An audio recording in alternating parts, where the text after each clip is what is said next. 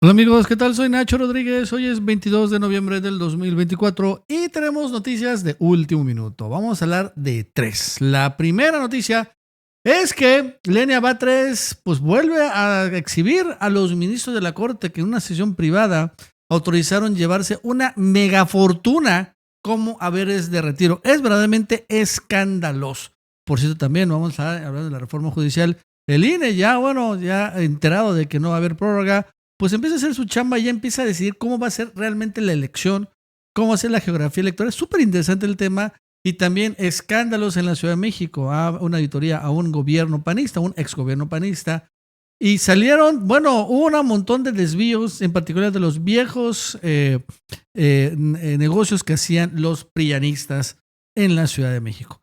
Y vamos a arrancar. Fíjense que el día de hoy Lenia Batres, la verdad es que revela algo muy interesante, muy fuerte. Dice lo siguiente: en sesión privada de este jueves, el Pleno de la Corte, la Suprema Corte, aprobó el haber de retiro de las 8 ministras y ministros que presentaron su renuncia. ¿Ok? Pero el problema es que se calculó con base en su sueldo de 2024, que supera a la persona de la titular del Poder Ejecutivo. O sea, se calculó con el sueldo actual sin ajuste. También lo supera igual el sueldo del 2025, que debió aplicarse, pero se prevé que este reciba una reducción del 12.8%. El haber de retiro se integra del sueldo y 8 prestaciones más, 8, que sumarán 389,266 pesos al mes. Casi lo mismo que puede recibir al año una persona jubilada por la ley del ISSSTE. O sea, los ministros van a recibir casi 400,000 pesos. 400,000 pesos mensuales. Porque, o sea, el problema es que los ministros reciben de pensión. A ver, voy a decirles. Aquí lo pone. El sueldo base. Pero también reciben un aguinaldo a pesar de que no están trabajando. Reciben también su seguro de vida. También le pagan seguro de gastos médicos mayores. También, aunque ya no estén trabajando como ministros, se les paga el pago de riesgo. También les dan una prima vacacional, aunque ya no estén trabajando en vacaciones. Además, se les dan 3 servidores públicos encomendados a cada ministro en retiro. 3 sirvientes, pues. Un reembolso por compra de medicamentos. Y la opción de compra de los vehículos que tenían asignados. Obviamente un precio de descuentos, que son las famosas camionetas blindadas. Y lo peor es que hicieron un fraude a la Constitución. Están haciendo un fraude. Porque cuando fue publicada la reforma judicial, en ese momento inmediatamente tendrían que haberse bajado los sueldos de los ministros. No lo hicieron. Dijeron que hasta el 2025. Y ahora, a pesar que renunciaron hace un mes más o menos, ya presentaron su carta de renuncia, ¿se acuerdan? ¿Ya lo leyeron? Ahora quieren irse pero que van a ser efectiva hasta el otro año. Son renuncias ahorita, pero que son como temporales. Hasta el otro año van a seguir. Quieren renunciar con el sueldo de este año y no con el sueldo del próximo. Donde bajaron, aunque no es suficiente. Un total fraude. No solo esto dice Lenia Batres. También dice y revela cuánto es el monto total de los haberes de retiro para todos los ministros de la Corte. Los actuales vivos, los fallecidos también. Los 8 ministros y ministras que retirarán el año se sumarán a los 23 ministros que cobran actualmente haberes de retiro. Además de 23 familiares de ministros y ministras fallecidos. Los 58 haberes de retiro, ¡wow!, estarán sumando, escuchen ustedes, 129 millones de pesos al año. Los ministros se van a llevar 130 millones de pesos al... ¿Qué? Al año. Y revela Lenia Batres, esto es interesante, ¿cuánto gana de los mensuales los haberes de retiro? ¿Cuánto se va a llevar Luis María Aguilar Morales? 389,000 pesos mensuales. Jorge Mario Pardo, 371,000. Gutiérrez Ortiz Mena, 346,000. Alberto Pérez Brayán, 346,000 pesos mensuales. Javier Lainez Potisek, 304,000 pesos. Norma Piña, 304,000. Carrancá, 263,000 pesos. Continúo. Y Margarita Ríos Farhat, 249,000 pesos. A pesar que ella dice que lo va a donar. Ay, vamos a ver si es cierto. Además, los otros saberes de retiro que cobran ministros son los siguientes. Arturo Saldívar cobra mi haber de retiros. Y honestamente debería renunciar a esto. Aquí vemos una gran contradicción, pero bueno. Cobra 374,000 pesos mensuales. Genaro David Góngora Pimentel, 307,000 pesos. También Mariana Zuela. También Guillermo Ortiz Mayagoita. También Juan N. Silva. También Olga Sánchez Cordero, que también debería de renunciar a este haber de retiro.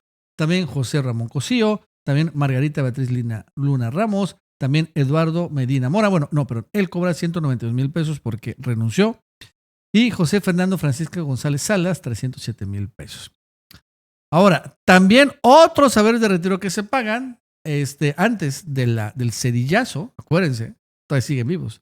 Carlos García Vázquez, cobran todos estos, que les voy a decir, cobran 206,000 pesos.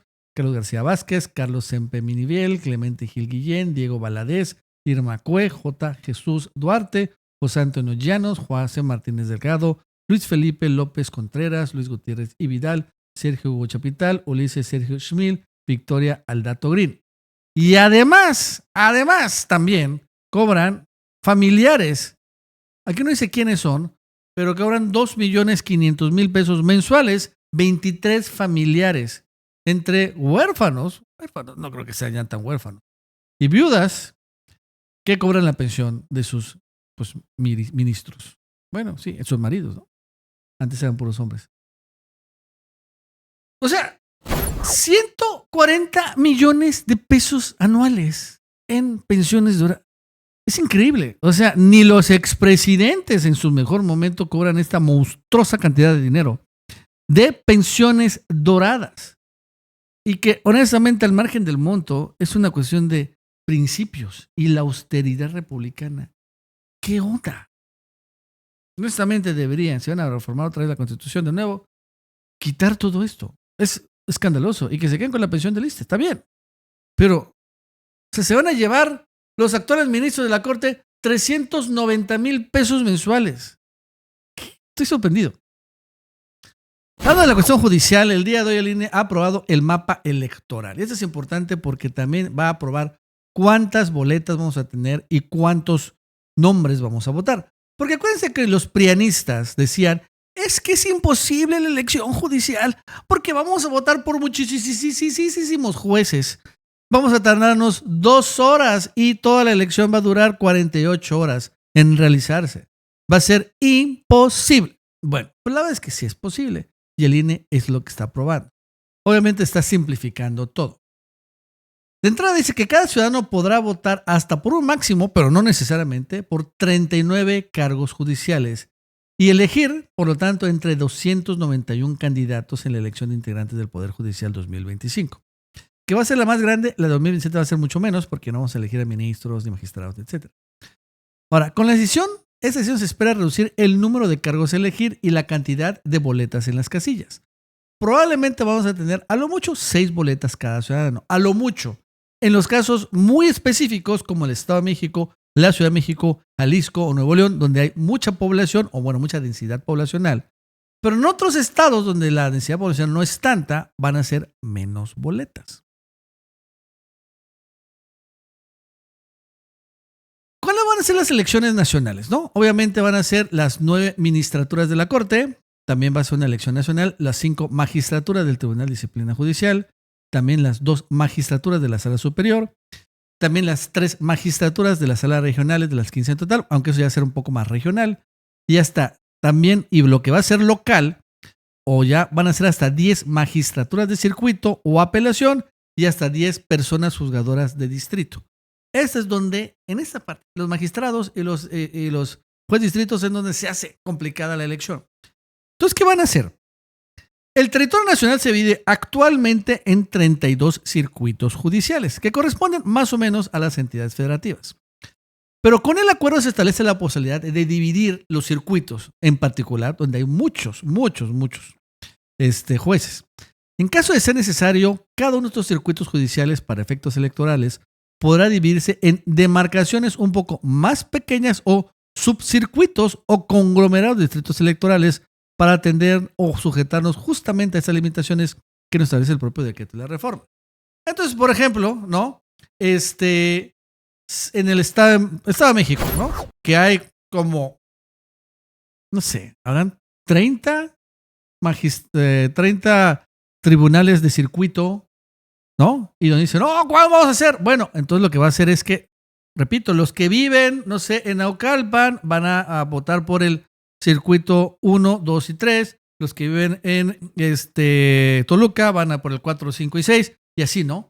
Van a estar dividiendo. Aunque todos corresponden al Estado de México, solo los territorialmente hablando van a elegir a uno. Y eso es sencillo. La verdad es que es una solución muy sencilla, ¿no? Muy sencilla. Curiosamente va a ser hasta más representativa y más democrática porque, o sea, al final no se va a elegir todo al mismo tiempo, sino va a poder dividirse un poquito más.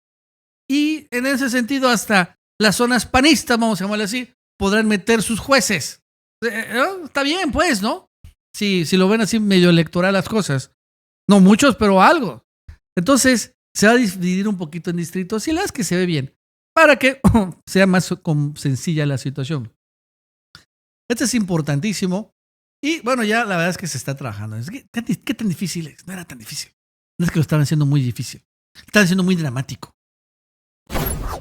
En otro tema, el día de hoy también se ha revelado que ya están auditando una alcaldía panista en la Ciudad de México, la de la Lía Limón. ¿Se acuerdan? La alcaldesa o exalcaldesa de la Álvaro Obregón. Y que ahorita una auditoría que ha arrancado el actual alcalde de Morena, ¿no?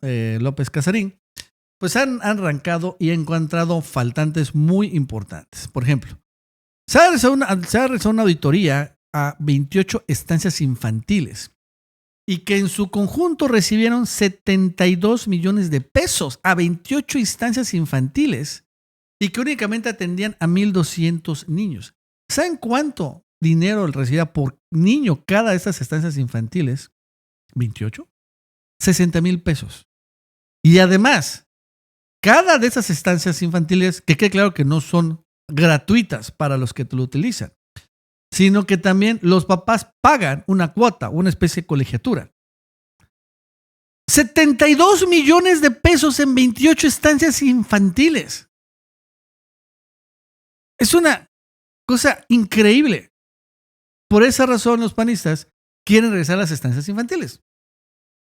Por esa obvia, grandísimo negocio que construyó Calderón. Y curiosamente muchas de estas instalaciones eran casas habitación, que no tenían condiciones para recibir a los niños. O sea, no eran pues como que instalaciones propias, eran casas, garajes y toda la cosa. Y además también que quede claro que seguramente los que trabajaban en las estancias infantiles, en estas estancias, pues tampoco eran personal capacitado.